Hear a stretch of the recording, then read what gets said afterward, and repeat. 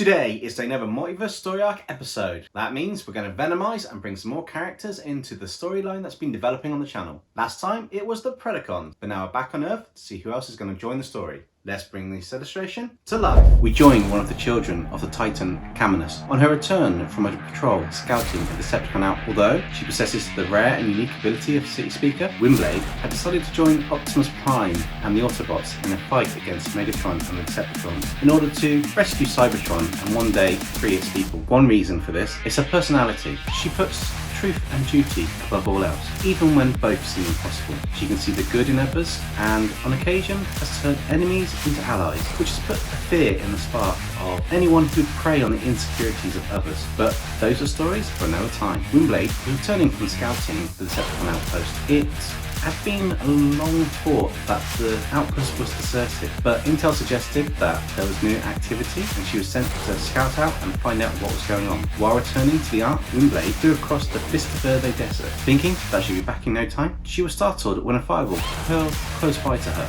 Startled, she transformed and landed by a large rock structure to see what was going on. To her surprise and amazement, she saw some of the superpowered humans on Earth in a massive battle, but although she recognised the Agents of S.M.A.S.H, she thought they were battling what looked like the Fantastic Four.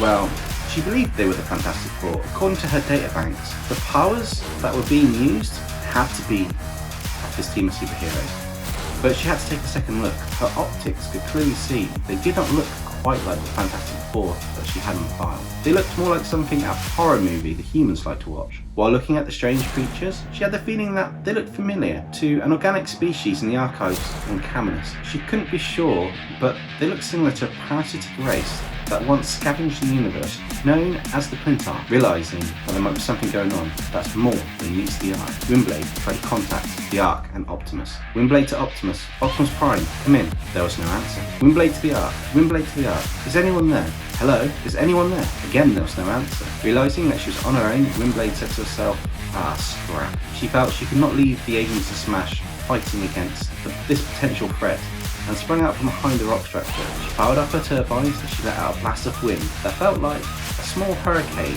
had just hit the members of the Fantastic Four. The Hulk looked somewhat confused before A-Bomb shouted out, "Hey Hulk, it's one of those Transformer things. Watch out though, we don't know if it's a good guy or a bad guy." To this, Hulk replied, judging by the fact that she just blew away the Fantastic Four, I would say one of the good guys. At this point, Windblade asked the Hulk what was going on and why the Klyntar were here on Earth. What was the Fantastic Four doing bonded with them? The Hulk replied, "The Klyn what? What's a Klyntar?" And yes, that was the Fantastic Four. We came to help them against a strange creature, and as a part of it hit them, they turned into this. Windblade looked worried. So it is the Klyntar.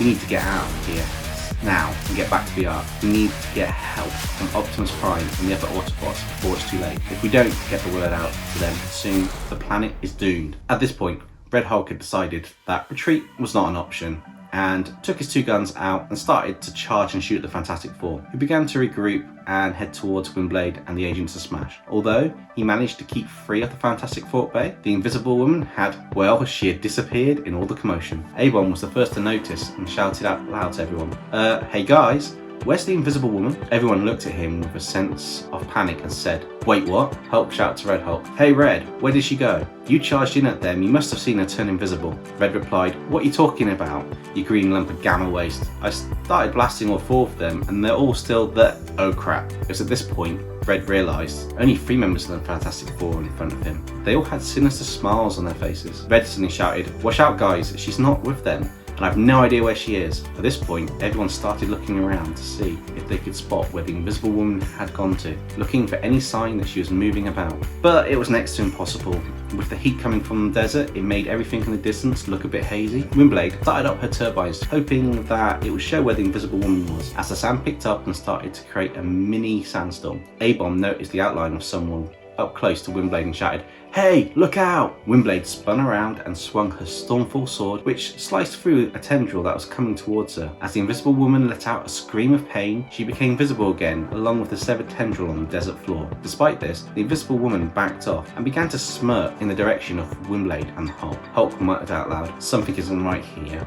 Why is she still smirking like that despite being injured? Just then, he looked at Windblade's Stormfall sword and noticed the reflections on the sword flicker and move. Watch out, it's on your sword! But it was too late. The symbiote's pieces left on the sword had already started to work off on Windblade's arm while they were invisible and were spreading at a rapid rate. Windblade tried to swing and shake off the symbiote, even using her turbine to try and blow it away, but it was no use. The symbiote was already bonding with her Camion DNA. She turned to Hulk and A-Bomb and shouted to them, "Run! Head to the Ark!" And in her final words before being enveloped by the symbiote, "Tell Optimus about this threat. Only he can find a solution and save us." At this point, the Hulk told A-Bomb to go and find this Ark and Optimus and let him know what was going on. A-Bomb started to say, "But Hulk, shouldn't we all go?" "Just do it, Rick. We don't have time for this. Now go. Red and I will hold them off." Red looked at Hulk and said, "Just you and me again, Ekarini." At this point, Windblade let out a loud cry as the symbiote had finished merging with her. She turned her gaze to the remaining Agents of S.M.A.S.H. It was at this point both Red Hulk and the Hulk looked at each other and decided to both slam their hands together to create a gamma-powered shockwave. And that's where I'll leave it this time. What will happen to the Agents of S.M.A.S.H? Will A-Bomb get to the Ark in time? Will Green and Red Hulk get to safety? Find out the answers to these questions and more in the next episode of the Multiverse Story Arc.